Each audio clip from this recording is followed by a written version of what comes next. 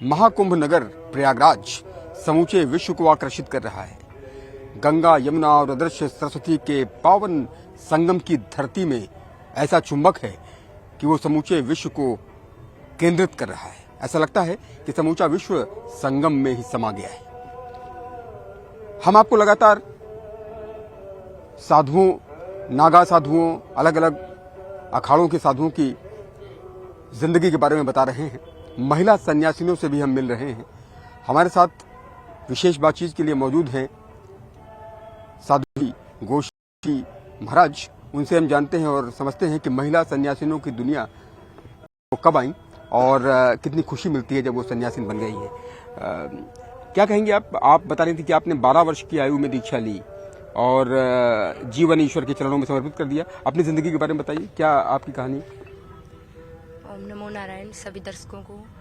जैसा कि वैराग्य तो बचपन से ही होता है और सबसे बड़ी भगवत कृपा और गुरु कृपा होती है।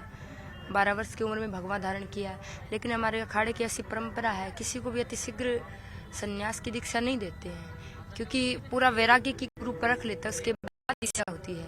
कहीं ऐसा ना हो कि कोई शमशानी वैराग्य होता है। शमशानी वैराग्य का मतलब कई बार व्यक्ति दुखी हो जाता है ना, तो उसके मन में आता है कि सब कुछ छोड़ छाड़ के संत बनना है, और जैसे परिस्थितियां सही होती है तो फिर उसके मन में पुनः विचार बदल जाते हैं।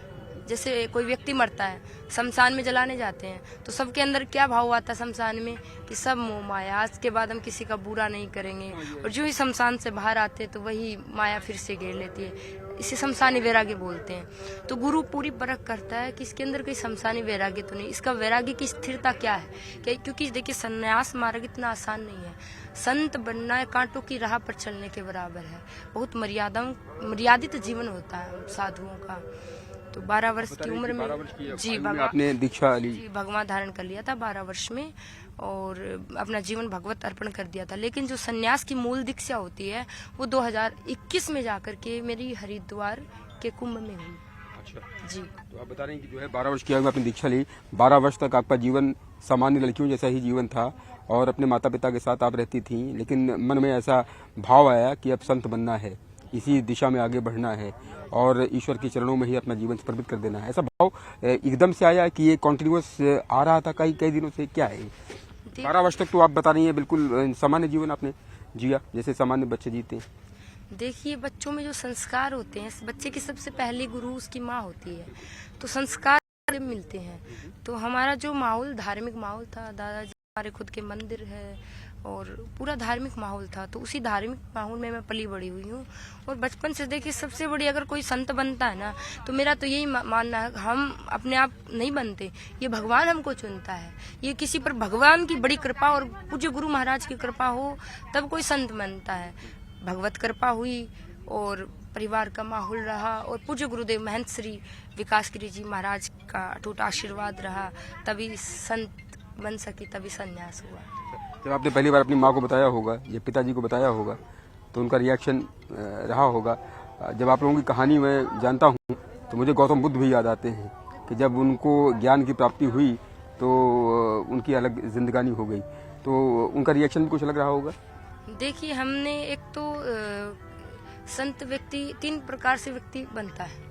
एक तो है प्रभाव से। आजकल कई लोग प्रभाव से जल्दी किसी से प्रभावित होकर, हाँ संतों का जीवन तो बड़ा सरल है, देखने में सरल लगता है, लेकिन संत जीवन अगर वाकई में देखें तो बहुत त्याग संत के जीवन में होता है।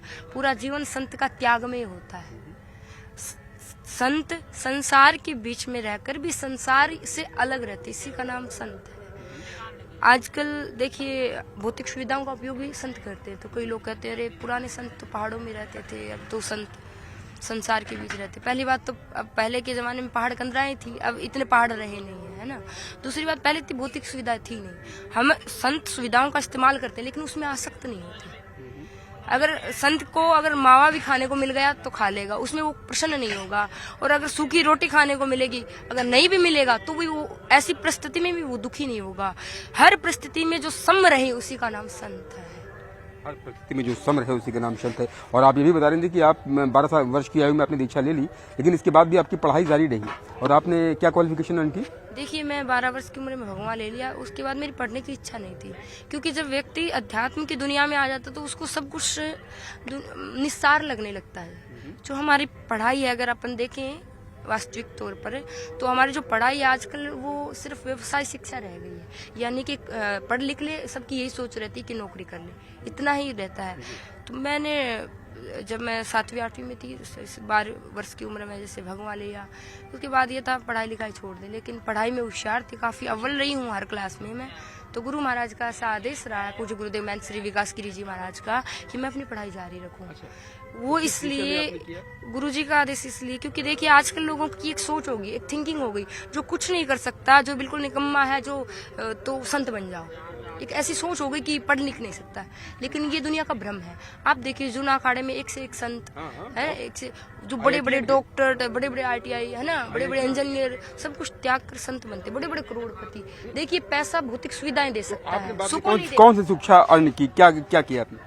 मैंने जारी रही मेरी पढ़ाई, और मैंने 12th में भी मैं अव्वल रही हूँ। मैंने आर्ट्स लिया था, आर्ट्स था मेरे पास, BA किया मैंने आर्ट्स से। उसके बाद मैंने MA किया हिस्ट्री से। फिर मेरा मन हुआ कि अपन अगर खुद पढ़े लिखे हैं तभी किसी को पढ़ा सके आगे गुरुकुल में, अगर हम खुद शिक्षित तभी उनको शिक्षा दे सकते। इसलिए मैंने संस्कृत शास्त्री भी की जी।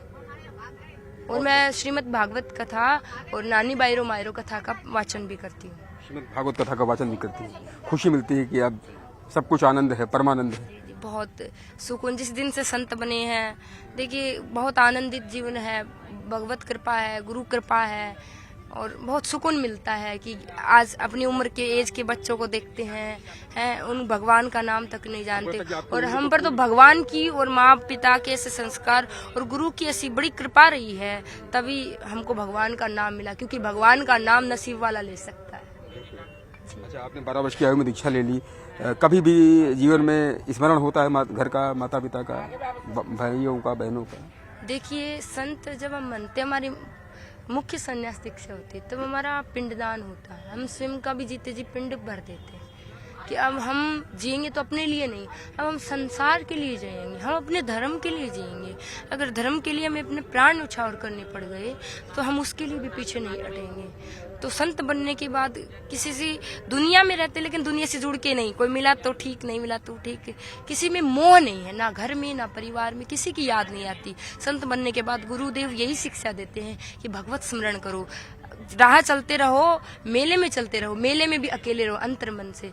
देखिए वैसे में व्यक्ति अकेला रहता तो अकेला आदमी डिप्रेशन में आ सकता है, लेकिन संत एकांत वास करते हैं, अंतर्मन की यात्रा। हाँ, अंतर्मन की यात्रा, क्योंकि संत कहते हैं एकांत में भगवत चिंतन होता है, हमारी आत्मा में जो आत्मज्ञान है वो उपजता है जी। बहुत बहुत धन्यवाद आपका। साध्वी गोश्का जी महाराज इन्होंने बताया कि उन्होंने 12 वर्ष की आयु में दीक्षा ले ली। हमको लगता है कि इनकी आयु भी बहुत कम होगी, 18-19 वर्ष के आसपास की होंगी, लेकिन ये श्रीमद् भागवत कथा कहती हैं। और गोश्का जी महाराज यही कहती हैं कि उन्हें बेहद खुशी है कि वो अपना पूरा जीवन ईश्वर के चरणों में समर्पित कर चुकी है। वाकई में महिला सन्यासिनियों की दुनिया भी रहस्यों से भरी हुई है। कैमरा पर्सन सोनू मंडल के साथ उमेश श्रीवास्तव, न्यूज़ 18, महाकुंभ नगर, प्रयागराज।